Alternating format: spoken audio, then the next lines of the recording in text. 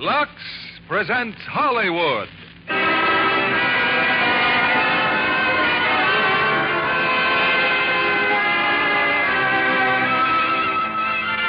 Lever Brothers Company, the makers of Lux Flakes, bring you the Lux Radio Theater, starring Gene Crane, William Holden, and Edmund Gwenn in Apartment for Peggy. Ladies and gentlemen, your producer, Mr. William Keeling.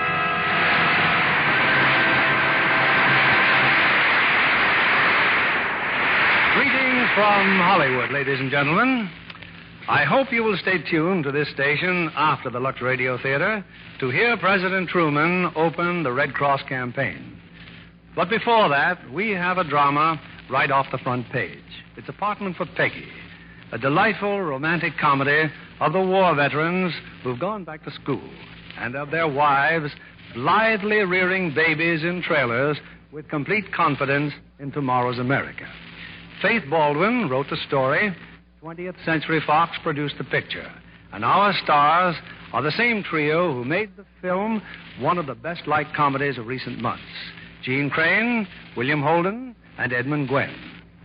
There are thousands of modern pioneers like the one Gene Crane plays tonight, and they're scattered on campuses from Maine to California. Like other homemakers, they've discovered Lux Flakes. And when they choose Lux Flakes for their households, they're making the right start. Now, Apartment for Peggy and Act One, starring Gene Crane as Peggy, William Holden as Jason, and Edmund Gwenn as Professor Barnes.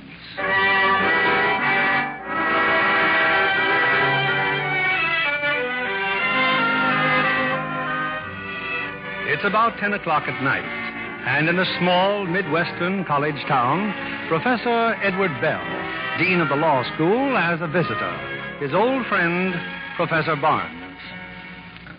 Hope I'm not disturbing you, Edward. Well, No, Henry. Come on in. You are busy, aren't you? It's this housing problem. Oh. Henry, it's a mess. All these veterans, most of them married, some of them with children. Where are they going to live? Well, I have a little problem, too, Edward. You? Yes. It's just that I'm planning to commit suicide, and I'd like some legal advice about... Suicide? Henry, is this your idea of a joke? A joke? Committing suicide is a very serious matter. Are you insane? Coming here and telling me you're going to kill yourself? Not so loud, Edward. It's nothing to get excited about. But Henry, to commit suicide is wrong. Morally, ethically, philosophically wrong. I'm an exception, Edward. Now, firstly, I'm of no earthly use to society whatsoever. Oh, that's absurd. Society needs men like you desperately. Well, then society has a most unusual way of demonstrating it. Now, 8 years ago, this university retired me. They put my portrait in the library, patted me on the back, said in effect, "Thank you. You are no longer needed." But, Henry, even if you are retired, you've things to say, books to write. Yes, that's true. And I've been writing such a book. If all goes well, I'll have it completed in 3 weeks, at which time I'll do away with myself. You might call it a sort of deadline. Honestly, Henry, I'm so choked. No, Edward, be sensible. Why should I continue to consume good food and occupy precious space which would feed and house somebody still capable of contributing to this dubious thing we call civilization? But you just can't. Edward, you're shouting again. Now, you simply must calm down. One of my dearest friends says he's going to kill himself, and you ask me to be calm. Well, you're too upset to discuss it. I'll just run along, Edward. No. Not until you've promised me you'll do nothing about this horrible idea until I've spoken with you again. But I just told you, Edward, the date is at least 3 weeks off. You wouldn't deceive me, Henry. No, of course not, of course. Now, you try and get a good night's rest now. Now, that's right. There, go on. Oh, dear, I never dreamed he'd take it this way.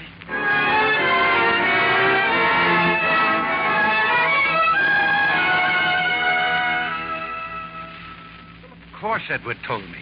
And since I happen to be your physician as well as your friend, Henry, I'm simply amazed at your attitude. You have so much to be thankful for. You're in excellent health. You're on an adequate pension.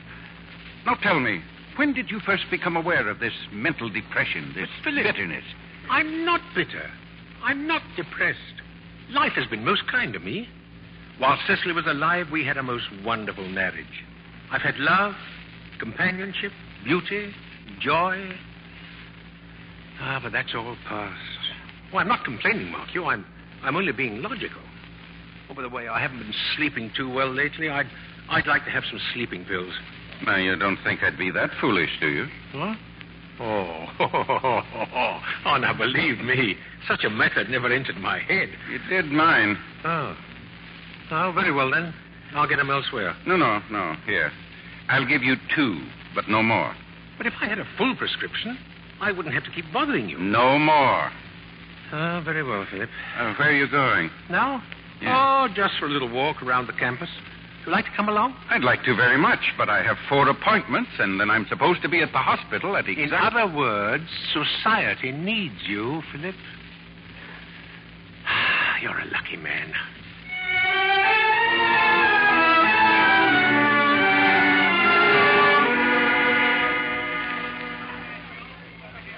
Mind if I share the bench, Pop? What?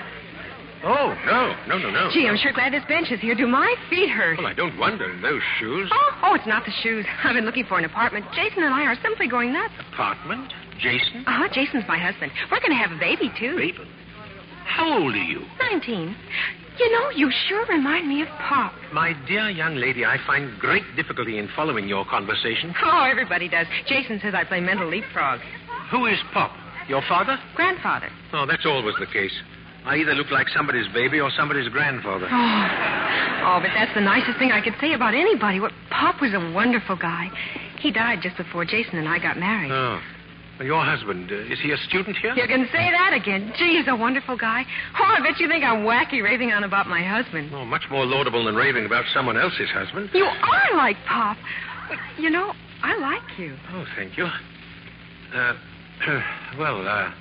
I'm afraid I'll have to be And if going. you know of an apartment or a basement or a kennel, oh, honest, I'd love you till my dying day. Of course, it can't cost too much because I'm not working anymore. All we've got's Jason's GI allotment, and, you know, that isn't an awful lot. No, where are you living now? In one of the trailers. But we've got to get out because Virginia's had her baby. With a boy and weighed 8 pounds and 2 ounces. Forgive me, but I just don't understand why you should be homeless because some infant weighs over 8 pounds. Well, you see, when Virginia went home to have her baby, Clyde moved in with Jack Hoyt and let us have their trailer. But now Virginia's coming back, so we've got to get out by Saturday. Oh. For a moment, it sounded as if you could have remained if the baby had weighed only 7 pounds.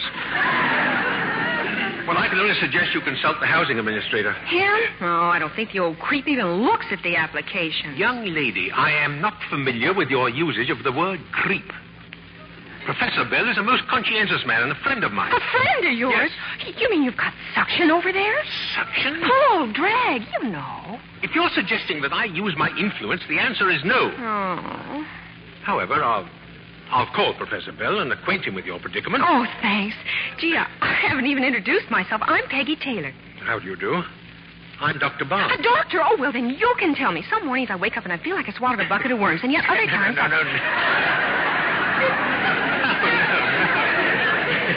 I'm a doctor of philosophy. I once taught here. You know, you smile just like Pop, too. You should smile more often. Oh, I wish there were more to smile about. Oh, no, not you, too. That's what half the people around here are saying. Whole world's going to the dogs. Nobody's got a chance. Might as well commit suicide. Well, in many instances, I consider suicide completely justifiable. Oh, now, wait a minute. How can suicide be a solution of anything? Well, I'll give you an example. A hypothetical case. An old man is alone in the world. His work is finished. Uh-huh. He's contributing nothing. Yeah? His only future is a daily repetition of the useless present. Why not suicide? Well, that's easy, because it wouldn't change anything. The gentleman would be dead. Most people consider that quite a drastic change. Well, what makes Mr. Hypothetical think he's living now? I just said he is living. I mean, really living. Well, if he's just sitting around moping, thinking of reasons why he should knock himself off, well, he's dead as a dodo already. Yep. Keepers the time. Well, don't forget to call the housing administrator. Be seeing you, Pop. Huh? Oh. What makes Mr. Hypothetical think he's living now?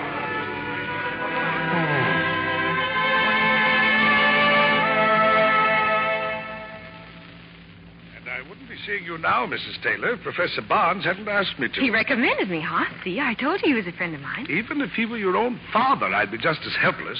There simply are not enough rooms to go around. Maybe you're not aware of this, Professor Bell, but a recent survey among the students showed that 27% of us expectant mothers on this campus have no real place to live. 27%. Good heavens. I don't want anything elegant, just a roof and 4 walls.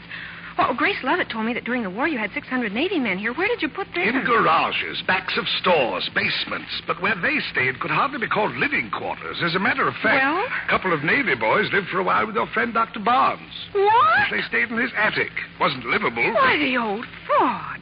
What do you mean to tell me he's got an empty attic and he didn't even tell me about it? What's his address? Now, not so fast. Dr. Barnes wants to be alone. Oh, my grandfather used to get like that once in a while, too. Well, sometimes I'd cheer him up half a dozen times a day. Oh, you're an angel, Professor. Thanks, Lois.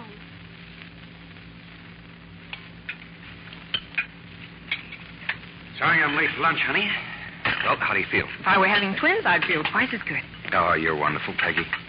In a couple of days, we'll be out on the street, but you Jason, maybe we won't be out on the street. I've got a prospect. Oh, sure, I know. It's an old phone booth, and we only have to share it with 4 other couples. It's an attic. An attic. Great. You know why I was late just now? Professor Collins wanted to talk to me. He said if I come back to school next year... If you come back. You mean when you come back. Well, there's plenty of time to talk about Oh, that. no, sir. We'll talk about it right now. If you think for one little second after all we've Well, done... let me tell you what Collins said, will you? He said if and when I come back to school next fall, he thinks maybe he can wangle me a job as a teaching assistant. Jason! Well, just a minute. You know what a teaching assistant gets? They pay him off in box Oh, toys. I don't care if you have to pay them. They want you. It's a start. Yeah. Then on the way here, I stopped by the post office. Got a letter from Bill Dudley. Bill Dudley's a dope. Bill Dudley happens to be averaging $150 a week selling used cars.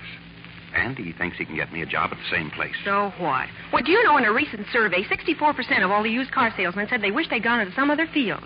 You made that up. You're always making up statistics. Why? You'd be surprised how many arguments I win with my statistics. I get in a spot and I just say 36% or 400 million. Nobody ever bothers to check up. They just say, my, I never realized it was that much. Then when I walk away, they think I'm very smart. And a little wacky, too. Come to think of it, you're completely wacky. But don't ever get sane, darling. Don't ever change. Jason, my husband wants his coffee. The heck with him. Let him wait.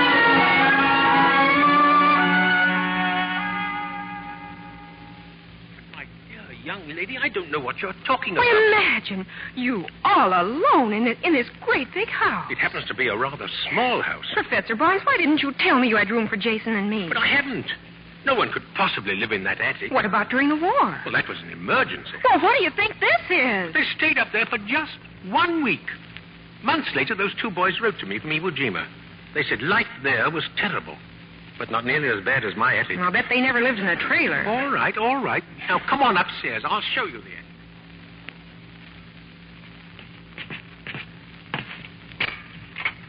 There. Now, see for yourself. There's the attic. Oh, it's wonderful. Well, it's nothing but the inside of a dirty roof. Too cold in winter, too hot in the summer. It's utterly impossible. Well, you satisfied? Am I satisfied? Why, it's perfect. No. I didn't mean that. This attic is not for rent. You mean we can have it for free? You won't take any money? Oh, you're an angel. I knew you were like that. Mrs. Taylor, the attic is not available. Not for gratis and not for money. I'm leaving here in 3 weeks. I'll be gone by the 1st of March. Oh, we'll be caretakers then. Oh, I promise to keep the house spotless, and when you get back, I'm everything... not coming back. I'm leaving permanently. Oh, well, we'll just have to make it sort of a temporary arrangement then. Tell me, do you like organdy curtains or dotted splits? Now, Jason always says that he... Genesis, Exodus, Leviticus... What'd you say, Doctor? Deuteronomy, I didn't say anything. I was swearing. Yeah, Jason always swears when he hangs the curtains, too. Now, let's see. The first thing I'll have to do is...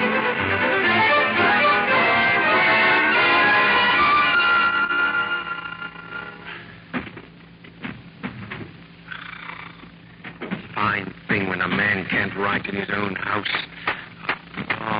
Oh, this is ridiculous. It's...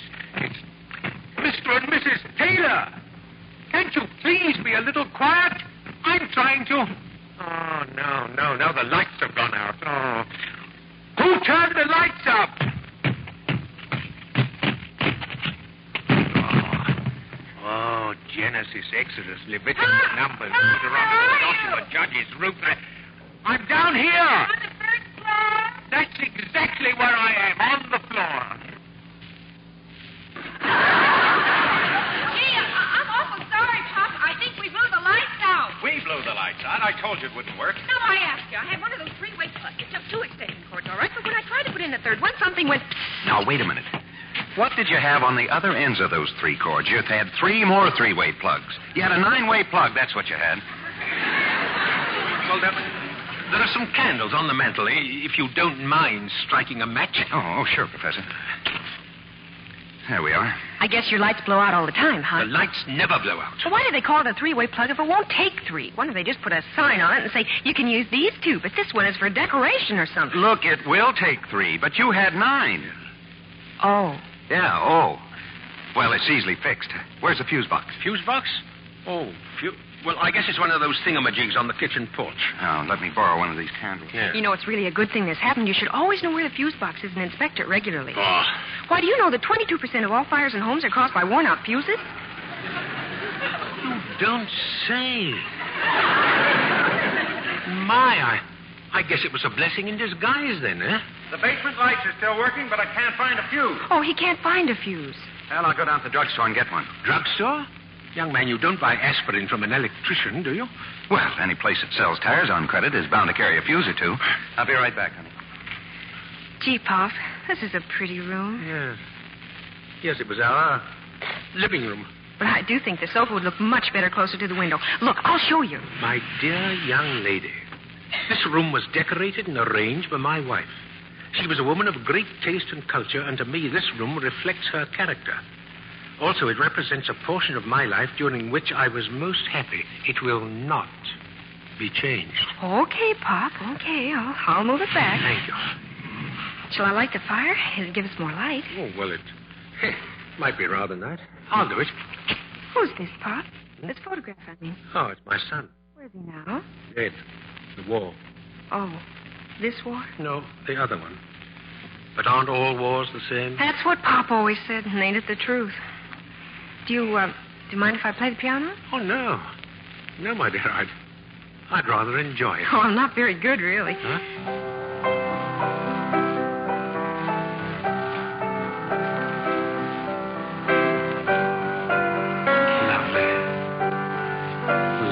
What'd you say, Pop?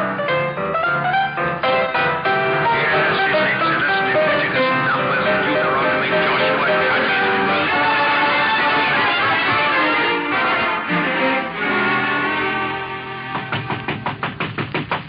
Hey, open up, I'm back. I'm coming. Wow, what's this? It's a dog. Come on in, boy. Come on.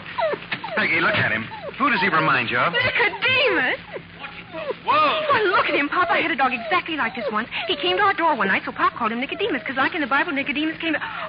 Well, Jason, who does he belong to? Well, that's a wonderful part of it. Nobody. Druggist says he just hangs around the store. You mean we can have You him? may not have him, at least not while you're in this house. There are too many distractions here already. I'll teach him not to bark. Oh, I promise. Yeah, don't worry, Professor. She has a way with dogs. Good. Then let us show him the way out of here. Oh, Pop, please. At least for a couple of days until I can find a home for very him. well, very well. Then fix the lights so I can at least see what the beast looks like. Oh, sorry. Does he have to make all that racket?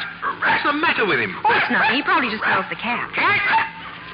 Do you mean to tell me you have a cat up there? Oh, sure, we have. We have one in the trailer. We had mice. There are no mice in this house. Oh, wouldn't be too sure about that, Pop. I think I saw one in here before. Young woman, if you saw a mouse, you brought him along, too. And if you have any statistics on mice, you can just... Oh, a telephone, Pop. Want me to answer? Well, if you just direct your attention to keeping that dog quiet, Hello. This is Philip, Henry. What are you mad at? Oh, Philip, I'm sorry. Did I interrupt your writing? I was just curious about what Edward told me. He says you've taken in a GI couple. I have not only taken in a GI couple, I have also taken in a GI dog, a GI cat, and very probably a GI mouse. And you can tell Edward if he's any friend of mine, he'll find me a room to live in.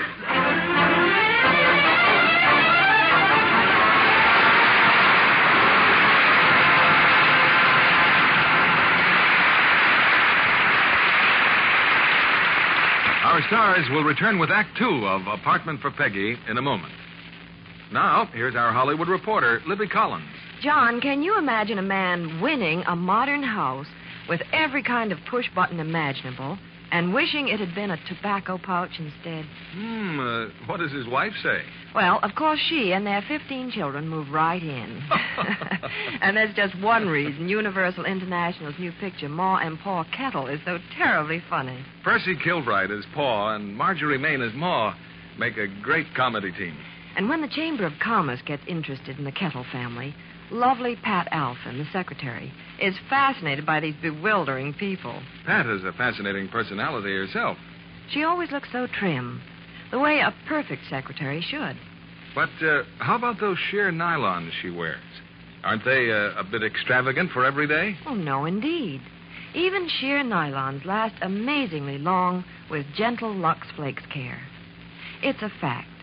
Stockings washed with tiny diamonds of Lux last twice as long as those washed with a strong soap or rubbed with cake soap. I know that's true. Scientific strain tests prove it. The tiny Lux diamonds are wonderful. They bubble up into thick, billowy suds the minute water touches them. And the suds are so rich and creamy, they float out soil in a jiffy. Yet they're ever so gentle. Your hands tell you that. And here's more proof how safe they are for stockings. Over 90% of the makers of stockings recommend Lux Flakes. Now, our producer, William Keeley. Act Two of Apartment for Peggy, starring Jean Crane as Peggy, William Holden as Jason, and Edmund Gwen as Professor Barnes.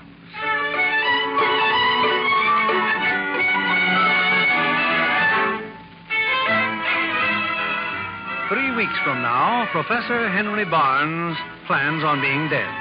But meanwhile, he's finding life suddenly active again. Much against his better judgment, he's turned over his attic to Peggy Taylor and her husband, Jason. 2 days of chaos have hurtled by, and now the professor has ventured up the stairs to behold Peggy's handiwork. Oh, it's incredible. Simply incredible. Why, you've made a room out of it. It's charming. Everything but the kitchen sink, Professor. Oh, we have to go downstairs to do the dishes. That is, if you don't mind. Not at all, not at all. I simply can't figure out you young people now. You're ingenious, you're resourceful, and yet none of you seems to have any purpose. What's your goal? Well, my goal is to become a teacher. Well, you don't have to say it as if you were learning to be a pickpocket. Yeah, but most people figure you're a teacher because you're not smart enough to be anything else. Well, when did you first decide to teach? Oh, it was during the war, right after my ship was sunk. I was floating around the Pacific one day, asking myself how I could wind up 6,000 miles away from home, hanging onto a hunk of life raft. Mm-hmm. And I sort of figured that it all began with ignorance. And then it went from ignorance to suspicion. And from suspicion to hate. And from hate to war. But it all starts with ignorance. Well, right then and there, I promised a flock of seagulls that if I ever got out of that spot, I was going to do what I could. Well, I think that's rather a lofty ambition. Yeah. But the other day, I was reading a magazine down the drugstore. You know what it said? No. We spend more than twice as much money on liquor than we do on education. Oh, statistics, huh? Yeah, but these are on the level. You know, Professor, when we don't consider our kids as important as liquor, well, I begin to wonder. Yeah, but wondering is very important. It sometimes leads to a few of the answers. Well, the only answer is to do what you think is best, the best you can. That's why I want 9 kids. Now, just a minute. I want to teach them to be decent and honest and to understand the other fellows. Go on, Peggy. Well, I think too many of us just sit back and expect the kids to learn everything in school. But most of the time, that's too late. They're little heels already. Now, take those 9 kids I'm going to have. Maybe 7 of them will turn out to be horrible little beasts, but maybe 2 of them will be good. And like Pop used to say, maybe their kids and their kids will be even better. And my gosh, if it keeps snowballing like that, maybe someday it'll be just natural to be tolerant and kind and good. Yeah. And how long do you think that'll take? And meantime, where's the money going to come from? You're looking for a fight. No, I'm looking for an answer. Okay, give me a $50 and I'll show you. What do you want with a $50? Just give it to me. Okay. Here. All right. Now, I'm holding it right in front of your eye. Now, what do you see? I see my $50. Okay. Now I'll go back a few feet. All right, now what do you see? The same $50. But what else? Well, I see you and Professor Barnes and the chair over That's there. exactly what I mean. Never hold money so close that you can't see anything else. If you do, you're a cooked goose.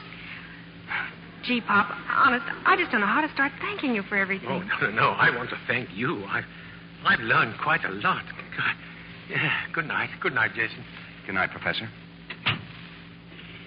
Say, that $50 trick works all right. Oh, it's no trick. It's just common sense. Oh, no. It's a trick. Especially when you keep the $50. Come on now. That's half of my allowance. Oh, a girl can't make a nickel around here. Incidentally, what do you really think of your new home? What do I think? Well, it's swell. Only It's still just an attic. I want to give you so much more than this, Peggy. I've been thinking about Bill Dudley's letter and that job. I know you haven't, and I wish you'd stop. But, Peggy, it's going to be 2 more years before I get my master's degree. 2 more years of attics and trailers. And each other. Oh, you always say the right thing at the wrong time. Here I am, all set to convince you, and... well, it's over before I know it. Give me a kiss. Hey, you know you could stand a haircut? Okay, give me 6 fits and a kiss. Come to think of it, your hair looks fine the way it is.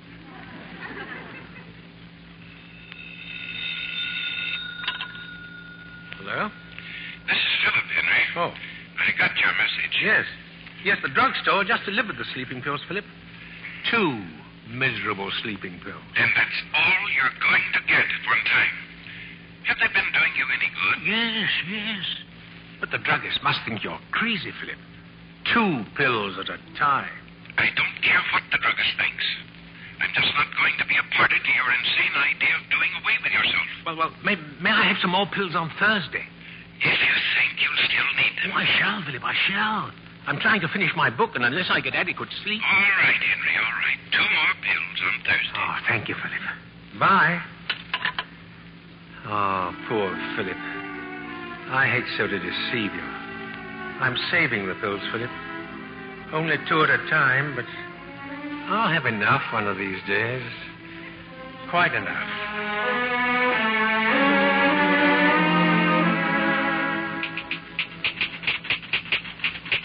Jason, he kicked me. The baby just kicked me again. Well, why didn't you call me? I did. Oh, gee, he stopped now. Oh, go to sleep, honey, please. Incidentally, you didn't take your pills, did you? Pills?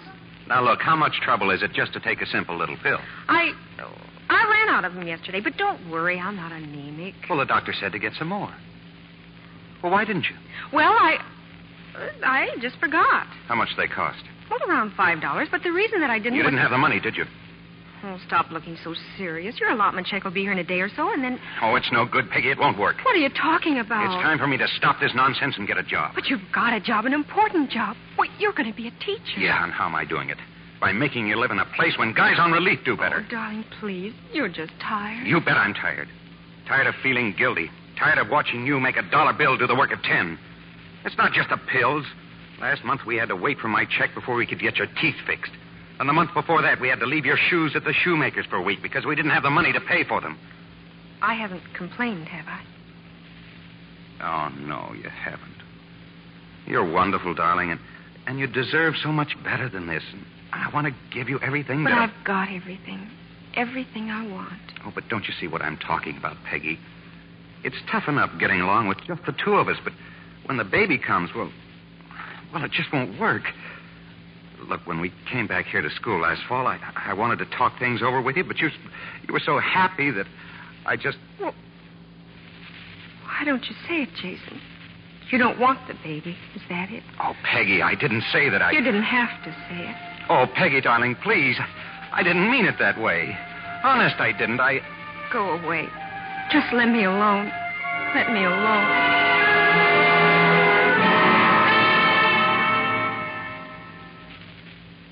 You don't understand chemistry, Jason. I simply fail to see where I don't think it's going to matter now, Professor Collins. I'm going to quit school. In a few weeks, my wife's going to have a baby, and we're living in an attic, and we can't even have it. He's been nagging you or something? No, sir. And you mean you're just quitting? I don't think that's quite fair, sir. I told you I'd try and get you that teaching job. It won't pay enough. It won't pay enough. Well, maybe it's just as well you do quit. Feeling the way you do, you wouldn't make a very good teacher. Excuse me, Professor. You have a Jason Taylor in your class? I'm Taylor. You want it right away, Taylor. At the hospital.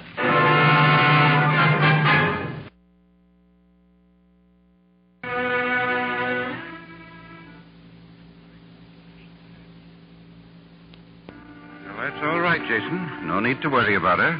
But, well, the baby came prematurely. The baby's dead. Dead? Philip, can he see Peggy now? In a little while, Henry.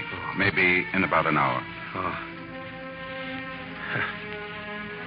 Well, let's take a walk, Jason. Sure, anything. Professor. Yes? Why? Why?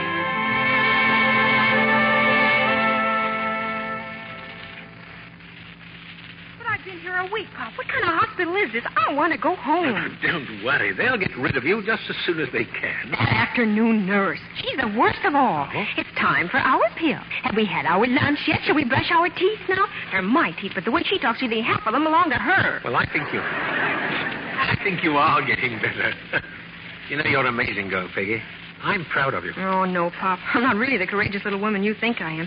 I tried that the first couple of days. It didn't work. Uh-huh. Locked everything up inside of me like a safety deposit box, and I felt awful.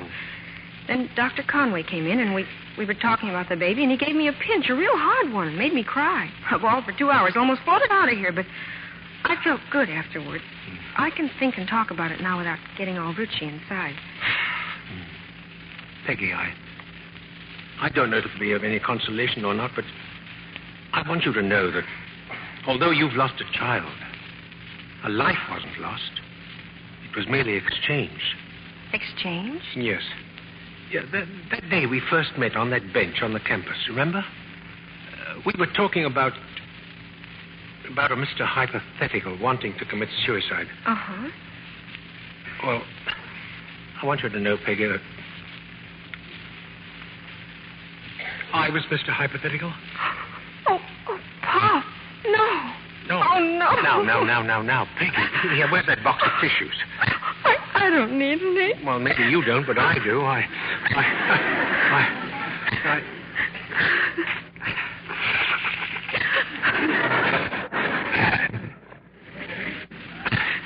You know, I feel like one of those twice-born people Henry James wrote about. Through you and Jason, well, I've learned that despite all of my fancy degrees, I was never an educator, only an instructor. Oh, now, wait a second. No, you wait a second. It's the same as that $50. I held up the book too closely.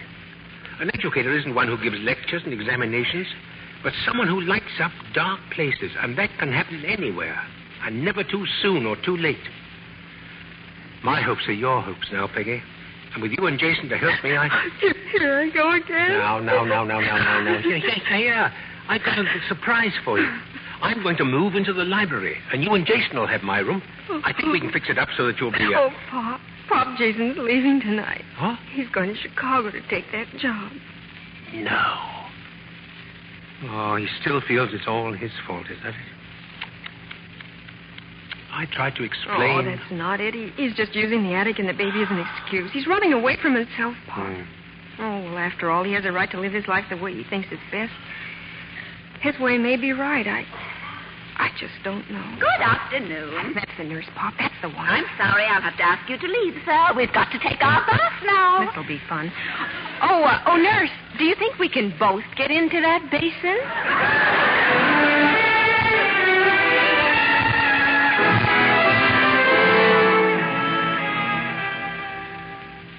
Now, look here, Philip.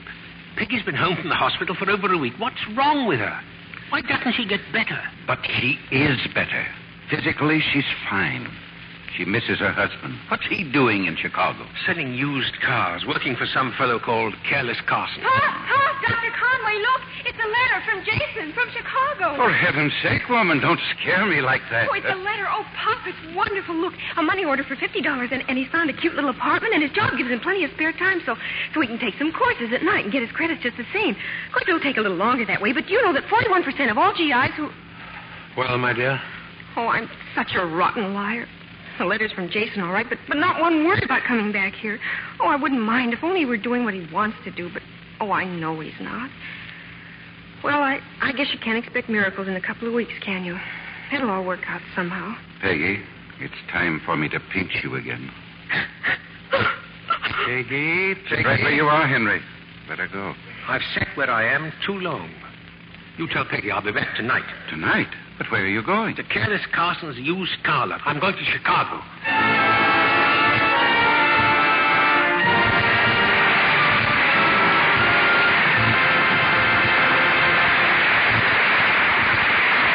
We pause now for station identification. This is CBS, the Columbia Broadcasting System.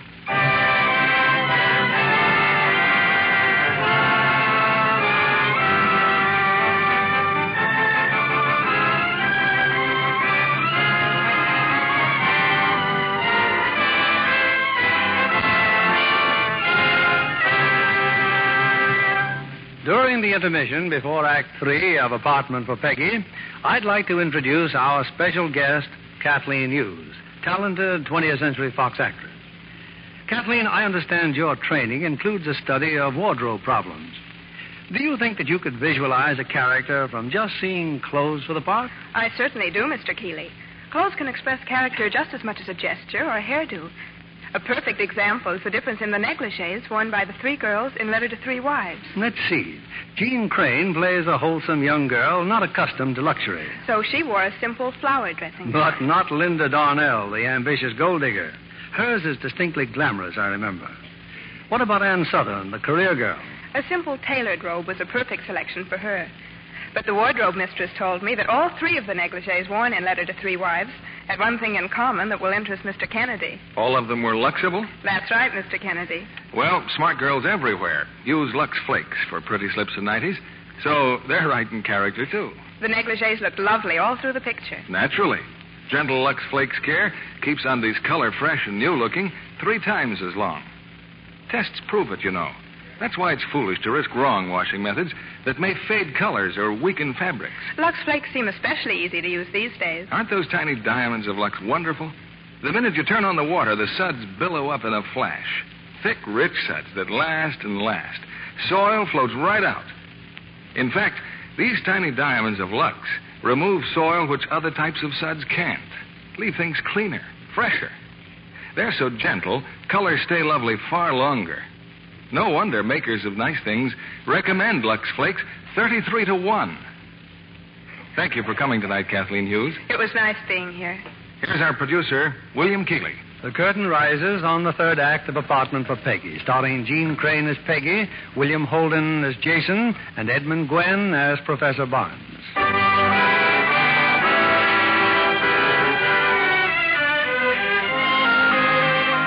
In pursuit of Jason, Professor Henry Barnes has gone to Chicago, specifically to a large used car lot filled with shining automobiles and banners bearing the name of Careless Carson.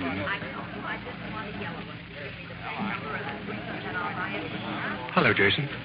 Oh, Professor Barnes. How's Peggy? She's worried, Jason. Why haven't you sent for her? Oh, I will eventually, Professor. It's just that right now, every time I think about her, I feel as guilty as if I... Is that why you haven't even telephoned? I keep seeing that attic and those stairs she had to climb a dozen times a day, and well, maybe if I'd been able to offer her a decent place to live in, it wouldn't have happened. No. Be honest, Jason. It's not the baby that makes you feel this way. You know, you and Peggy had some wonderful ideas. Sound ideas on how to live and what to live for. And they imposed a responsibility on you. And now you've deserted that responsibility. Isn't that why you feel guilty? Maybe. I don't know. I had a talk with the dean, Jason. He said if you came back now, you could take makeup examinations, and if you passed them, you'd not only be reinstated, But the instructorship would be a certainty. Oh, even if I wanted to, I doubt whether I could pass that chemistry exam. As for teaching, I make more here in 2 months than I would in a year. Is that so important? Yes, I think so. Look, Professor, I've got a line on an apartment. It has 4 rooms. You can walk around in it. It's a place where a fellow can live with his wife without feeling that he's letting her down. Now, is it so wrong to want to feel that way? No. No, but I thought you once promised a flock of seagulls you were going to teach and try to help people be more understanding. Sure, and lots of others made promises, too. When I got out of the service, there were millions of them. This time it was going to be different. But why should the finger point only at me? Why is it my responsibility? Well, simply because you realize that it is a responsibility. Not enough people do. Yeah, but I think I've got a right to ask the same question everybody else is asking. What do I get out of it? Well, if you're a teacher, you'll be underpaid, taken advantage of, and be at the mercy of the trustees. If you adhere to the educational status quo, you'll be considered archaic.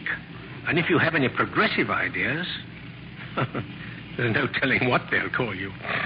You'll write a book or two which no one will read, and just when you're beginning to enjoy all this, you'll be retired. That's really something to look forward to. Yeah, but strangely enough, if you don't outlive your usefulness, you'll be happy. You'll leave a few people here and there through the years a little more enlightened than when you met them. You'll feel that you've made a contribution. That's all you'll get out of it. And it's not enough. You know, I find it singularly curious, Jason, that if a doctor tells us that peanut shells are good for us, we eat them. If a chemist maintains that one gasoline is better than another, we use it. We're guided by experts on everything, from breakfast cereals to foreign policy, and yet, on the most important thing of all, how to live, we pay no attention. Now, ever since man began to think, great minds have been telling us that the pleasure in living is in helping, that happiness comes from a simple, useful, constructive life. But yet we call all this advice infantile, impractical, and hopelessly idealistic. Oh, Taylor. Don't you see, Jason? Hey, Taylor just came in, Taylor. As soon as you're finished, he wants to see you. I'm finished now. I'll be right there. Goodbye, Professor. Thanks for dropping over. Yes. Yes, Jason. Yes, Goodbye.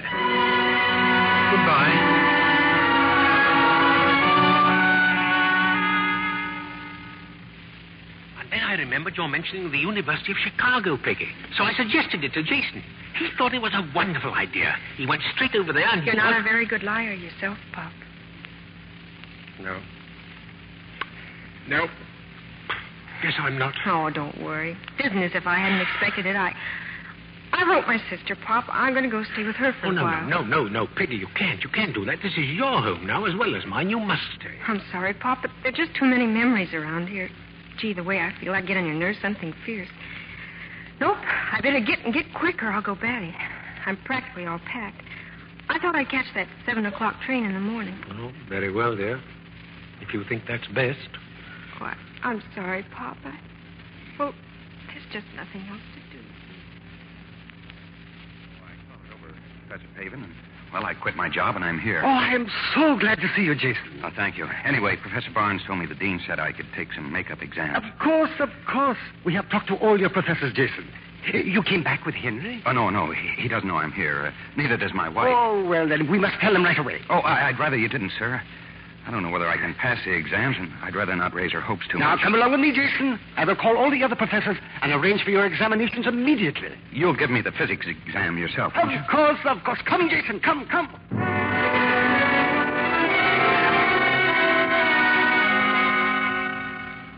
doing the best I can, Professor Pavin. It's just the way you keep looking over my shoulder. Oh, you will forgive me for distracting you, Jason. That's too bad. Now you will have to figure that last part all over again. But why?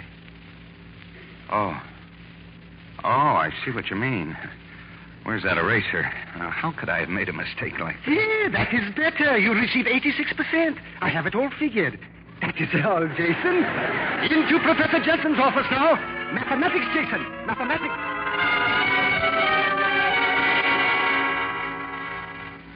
Well, Professor Jensen, do I pass mathematics? I'm not through correcting your paper. Now, let me see. I'm find the period of vibration in both spheres. Yes, this is correct, Jason. Absolutely correct. But, Professor, that's the question you're marking correct. My answer's on the other side. Young man, I have been correcting examination papers for 22 years. Kindly allow me to mark it my own way. Jason, shh. I think you are going to pass. You received 84%. I have it all figured. But here, you better check it yourself. I was never very good at adding. Later, Professor Jensen, later. Jason now goes to chemistry. Professor Collins is ready in the laboratory. That's the one that really worries me. Well, let's go.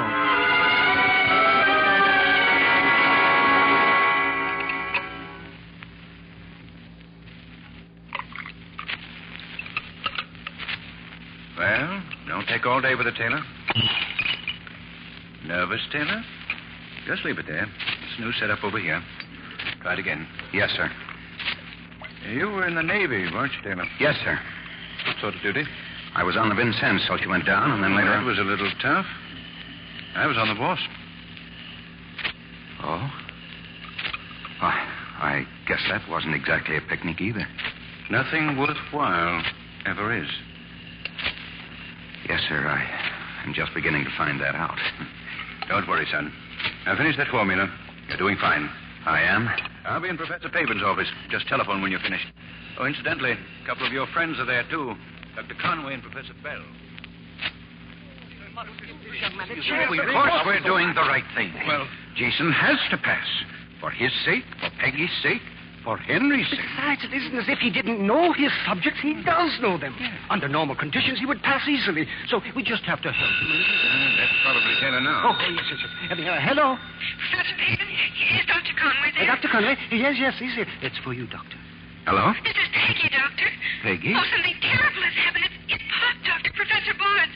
He swallowed a bottle of sleeping pills. Sleeping pills? Henry? I don't know how many there were, but I'll be right over, Peggy. How many did he take? Oh, this is awful. He took 16. Good heavens. How do you know? I gave them to him. You? But why, Philip? Why? If I hadn't, he would have gotten them someplace else. You gave him sleeping pills, knowing Henry's talked of suicide. But don't just stand there. He may be dead. No, Edward, I doubt it.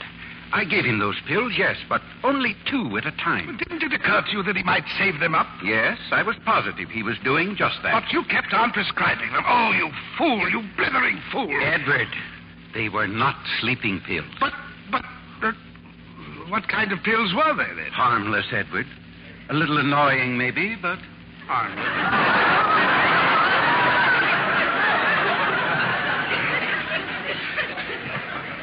you've got to keep walking, Pop, please. Oh, please. Oh, I feel awful. Lift your legs up. Walk around the room. Faster. Oh, but all I want to do is... No, sir, I had enough trouble getting you down here. If you won't walk, at least drink some more coffee. Oh, but you poured 7 cups down me already. Oh, Peggy, please. Oh, I'm not sleepy. Just let me go upstairs. Drink this coffee. Mrs. Landon, make another pot. Oh, no, not her coffee, Peggy. No. I'd rather die, really. Come on, Pop. We've got to walk. Peggy? Jason, you're back home. Hello, darling. Oh, Jason, I love you, but we haven't got time for that sort of thing now. Pop's taken a whole bottle of sleeping pills. What? Well, what'd you do that for? Because you 2 left me, that's why. Well, how do you like that? So you're going to pick up your toys and go home, huh? You ought to be ashamed of yourself. You're slowing down, Pop, faster. Oh, where's Dr. Conway? Professor, this morning you told me about my responsibilities. What about yours? You've got what millions of people are begging for, education, knowledge. And you're trying to destroy it all with a few rotten sleeping pills. Why, you're no better than... Stop talking, Jason. Make him walk. If he doesn't keep walking, he'll die. Now, look here, Professor. I can think of an awful lot of fellows that would have liked to have had the choice that you have now. Oh. Maybe your son was one of them. Well, what are you going to do? Walk or go to sleep? I'll walk. Get going, then. Yeah. Fast. Yeah. Let's Al's legs up. Yeah. Get faster. Now run.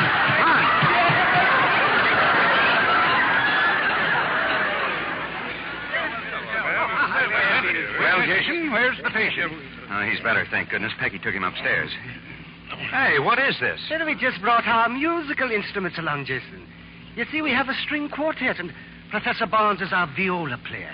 And we have not practiced for a long time. Well, let's get set up, gentlemen. Oh, wait a minute. I don't get it. Doesn't he have to go to the hospital? Oh, those sleeping pills were nothing more than... Well... Uh-oh. That's a fine trick to play on that nice old guy. Incidentally, Jason, you will start regular classes tomorrow morning. You have passed chemistry, too. I did. Oh, gosh, wait till I tell Peggy. Jason, do you know what? Oh, good evening. Hello, Jason, Peggy. I'm going to have a baby. You're what? I mean, I've been thinking it all over, and I think we should have one. And then 8 more, God willing. And do you know something? 27% of all women who... Yeah. We know all about it. What's the matter with everybody? Can't you wait for your viola player? Henry. Yes, that's for you, Dr. Philip Conway. I'm filing charges against you in the morning for malpractice of medicine. Better make it the next day, Henry. You'll be more comfortable by then. Oh, Genesis, Exodus, Leviticus, Numbers, Deuteronomy. Start again, gentlemen. From the beginning.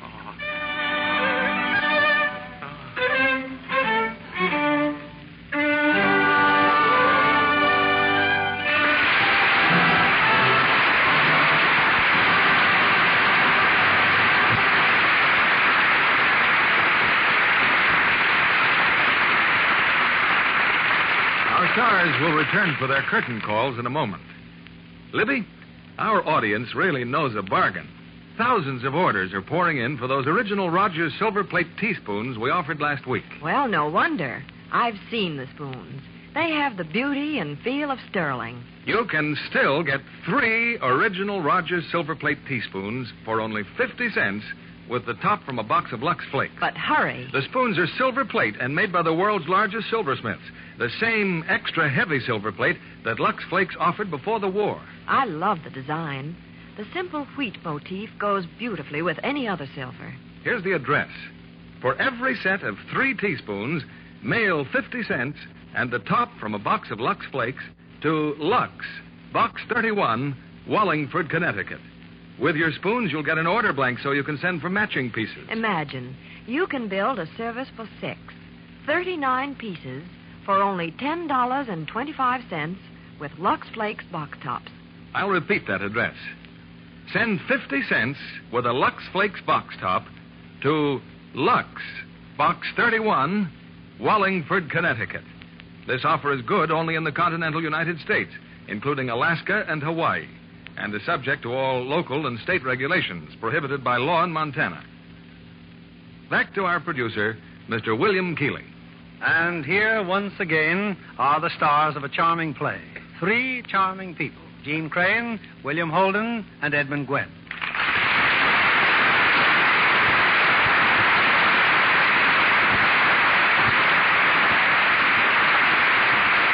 Jean, it's quite a coincidence that since playing a young mother so beautifully in Apartment for Peggy, you've given a similar performance in real life. Yes, Mr. Keeley. I have a brand new son, just 6 weeks old. I hope you don't take all your roles so seriously, Jean. Well, not quite. Mr. Gwen, we're all very happy that you got out of the hospital in time to join us tonight. So am I. Even though I achieved no such interesting results as you did, my dear. Tell me, what did you name the young man? We call him Michael Anthony, which his big brother has revised to Mike. You have quite a whole household now, Jean. Yes, indeed. And with 2 small children, Bill, I must say that I find Lux Flakes indispensable. The same thing goes at our house, Bill. What's your play for next week? It's one of the big hits of the year on the screen. First, I'll tell you the star, because he'll be making his first appearance on this stage next Monday night. It's John Wayne. And with him, we'll have Joanne Drew and Walter Brennan. The play is a roaring action drama of the Old West, the popular Red River. And it's great entertainment for everyone in the family. We'll all enjoy that, Bill. Night. Good night, and thank you all.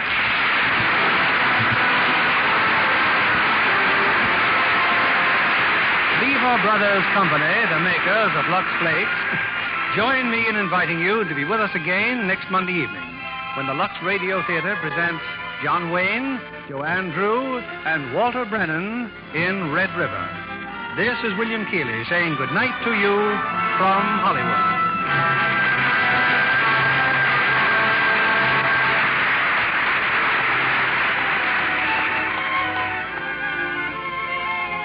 Jean Crane appeared through the courtesy of 20th Century Fox, producers of Down to the Sea in Ships, starring Richard Widmark and Lionel Barrymore. Edmund Gwenn appeared by arrangement with Metro-Goldwyn-Mayer, producers of the Technicolor picture Little Women, starring June Allison and Peter Lawford. William Holden will soon be seen in Paramount's Technicolor production Streets of Laredo.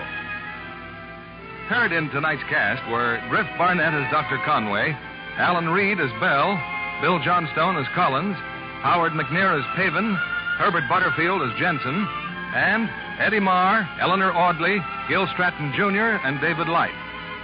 Our play was adapted by S.H. Barnett, and our music was directed by Louis Silvers. And this is your announcer, John Milton Kennedy, reminding you to join us again next Monday night to hear John Wayne, Joanne Drew, and Walter Brennan in Red River.